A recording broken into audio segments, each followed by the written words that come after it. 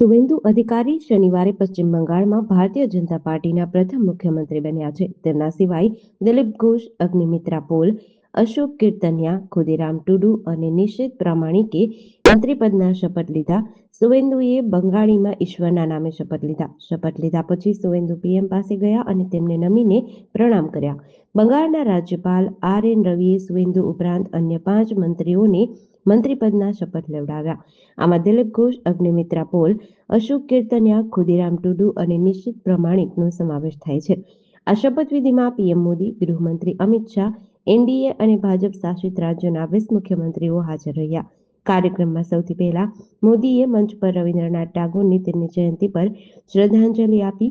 પીએમએ મંચ પર ભાજપના 98 વર્ષીય કાર્યકર્તા માખનલાલ સરકારનું સન્માન કર્યું.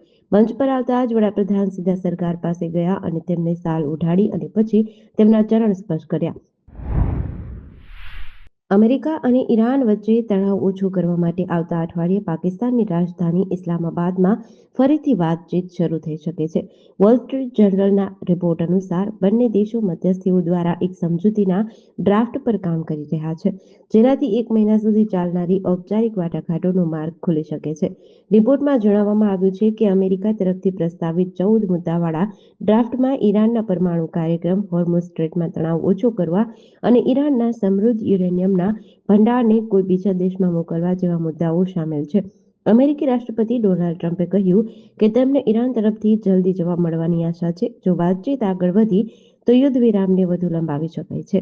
સાથે જ અલ જઝીરાના રિપોર્ટ અનુસાર ઈરાને સ્પષ્ટ કર્યું છે કે તે પોતાના ન્યુક્લિયર પ્રોગ્રામને કે હાઈલી એનરિચ્ડ યુરેનિયમ પર કોઈ સમજૂતી નહીં કરે. ઈરાન બોલ્યું, હોર્મુઝમાં દખલગીરી કરી તો યુદ્ધ ફરી શરૂ થશે. ઈરાને અમેરિકાને ચેતવણી આપી કે જો તેણે હોર્મુઝ સ્ટ્રેટમાં ફરીથી દખલગીરી કરી તો ક્ષેત્રમાં ફરીથી યુદ્ધ શરૂ થઈ શકે છે. વડોદરા પાસેથી પસાર થતા દિલ્હી મુંબઈ એક્સપ્રેસ વે પર એક ગમખ્વાર અકસ્માતની ઘટના બની છે, જેમાં કારમાં આગ ફાટી નીકળતા એક વ્યક્તિ અંદર જ જીવતું ભડતું થઈ ગયો હતો. પાદરા પોલીસે આ મામલે વધુ તપાસ હાથ ધરી છે. અકસ્માત બાદ કારમાં આગ લાગી કે અન્ય કોઈ કારણસર તે હજુ સ્પષ્ટ નથી. ઘટનાની જાણ થતાં જ વાસણા ફાયર ફાઈટરો અને પોલીસનો કાફલો દોડી ગયો હતો અને મૃતદેહને બહાર કાઢી પીએમ અર્થે ખસેડ્યો હતો. હાલમાં પોલીસે મૃતકની ઓળખ મેળવવા અને અકસ્માતના ચોક્કસ કારણ જાણવા વધુ તપાસ હાથ ધરી છે. વડોદરા જિલ્લાના પાદરા પાસેથી કરજણ તરફ જતા દિલ્હી મુંબઈ એક્સપ્રેસ વે પર અકસ્માત સર્જાયો હતો. આ દુર્ઘટનામાં કારમાં આગ લાગતા વાહન સંપૂર્ણ સળગી ગયું હતું. આગમાં ફસાયેલ વ્યક્તિ કારની અંદર જ બળીને ખાખ થઈ ગયો હતો. રાજકોટ જેતપુર 6 લેનના કામમાં ફરી વિલંબ આવશે, કારણ કે કોરાટ ચોક પાસેનો એલિવેટેડ ઓવરપાસ નવો મંજૂર કરવામાં આવ્યો છે. જ્યારે આજી ખોખરદર નદી વચ્ચે કોર્પોરેશનની પાઇપલાઇનના કામને કારણે 2 બ્રિજનું કામ મોડું શરૂ થયું, જેથી હવે જાન્યુઆરી 2027 સુધીમાં 28 ઓવરપાસ બનશે અને બાકીનો 1 ઓવરપાસ અને 2 બ્રિજ બનતા જૂન 2027 થશે. જેથી આ પ્રોજેક્ટનો ખર્ચ પણ 1200 કરોડથી વધીને 1500 કરોડે પહોંચે તેવી રીતે શક્યતા છે. દરમિયાન આવતીકાલે 10 મેથી 31 મે એમ 21 દિવસ ગોંડલથી પરત આવતા ખોડિયાર હોટલથી કાગસિયાળી રોડ સુધી ડાયવર્ઝન જાહેર કર્યું છે. નેશનલ હાઈવે ઓથોરિટી ઓફ ઇન્ડિયાના રાજકોટ જેતપુર 6 લેન રોડના પ્રોજેક્ટ ડાયરેક્ટર અબ્દુલ્લા ખાને જણાવ્યું હતું કે રાજકોટ અને જેતપુર વચ્ચેના 6 લેનનું કામ ચાલુ છે. હાલ પેઠડિયા પાસે 2માંથી 1 બ્રિજ શરૂ કરી દેવાયો છે, જ્યારે અન્ય 1 બ્રિજ જૂનમાં શરૂ થશે. આ ઉપરાંત ખોડલધામ કાગોડ પાસે 1 બ્રિજ ચાલુ છે, જ્યારે વીરપુરમાં 3 બ્રિજ લોકો માટે ખુલ્લા કરી દેવાયા છે. રાજકોટમાં અત્યારે કાળઝાળ ગરમી પડી રહી છે, ત્યારે સૌરાષ્ટ્ર યુનિવર્સિટીના વિદ્યાર્થીઓ અને શહેરના તરવૈયાઓ માટે રાહતના સમાચાર છે. સપ્ટેમ્બર 2024થી એટલે કે છેલ્લા 1.5 વર્ષથી બંધ પડેલો ઓલિમ્પિક કક્ષાનો ઇન્ડોર સ્વિમિંગ પુલ આખરે શરૂ કરી દેવાયો છે.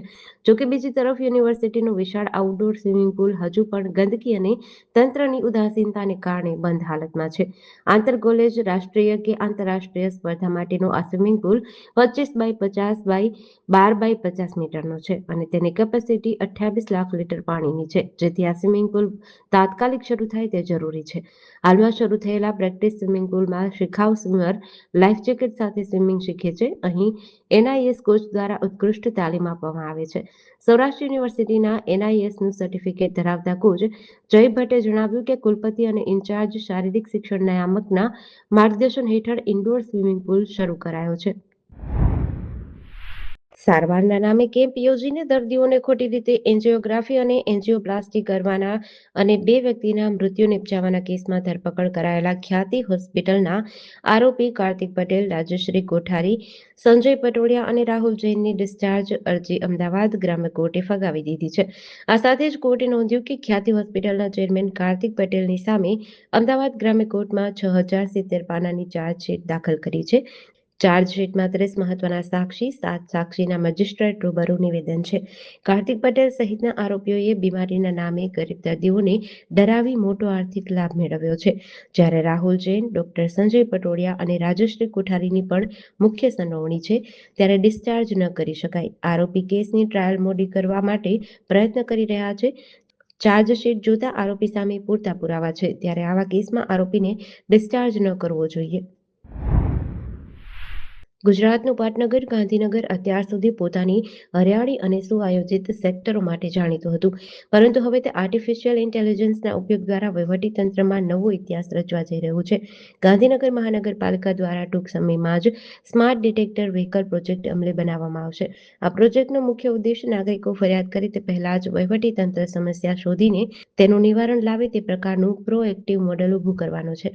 ગાંધીનગર હવે માત્ર ગ્રીન સિટી નહીં, પરંતુ હાઈટેક સિટી બનવા તરફ હરણફાળ ભરી રહ્યું છે. શહેરને ડસ્ટ ફ્રી બનાવવાના પ્રોજેક્ટ પછી હવે ગાંધીનગર મહાનગરપાલિકાએ નાગરિકોની સુવિધા માટે એક ક્રાંતિકારી કમ્પ્લેન ફ્રી મોડલ તૈયાર કર્યું છે. આ મોડલ અંતર્ગત શહેરમાં એઆઈ સજ્જ સર્વેલન્સ વ્હીકલ લોન્ચ કરવામાં આવશે, જે નાગરિકો ફરિયાદ કરે તે પહેલા જ આ સમસ્યાનો ઉકેલ લાવવા માટે સક્ષમ હશે.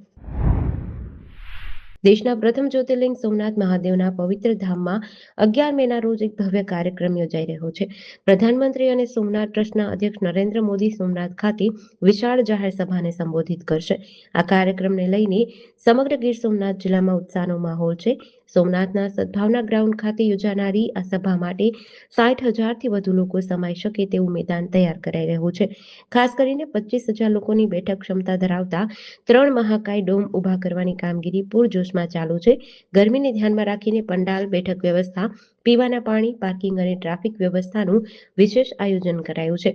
પ્રધાનમંત્રીના કાર્યક્રમને લઈને સમગ્ર સોમનાથ શહેરમાં ચુસ્ત સુરક્ષા બંદોબસ્ત ગોઠવવામાં આવી રહ્યો છે.